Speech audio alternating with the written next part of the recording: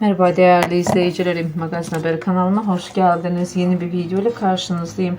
Sizler için Yağmur Öztürk ve Erkan çiftinden güzel görüntüler, yeni paylaşımlar sunuyorum. Güzelliğiyle, muhteşemliğiyle sevilip seçilen çiftlerin en güzel fotolarını kanalımda izleyebilirsiniz. Şimdilik benden bu kadar. Hoşça kalın arkadaşlar.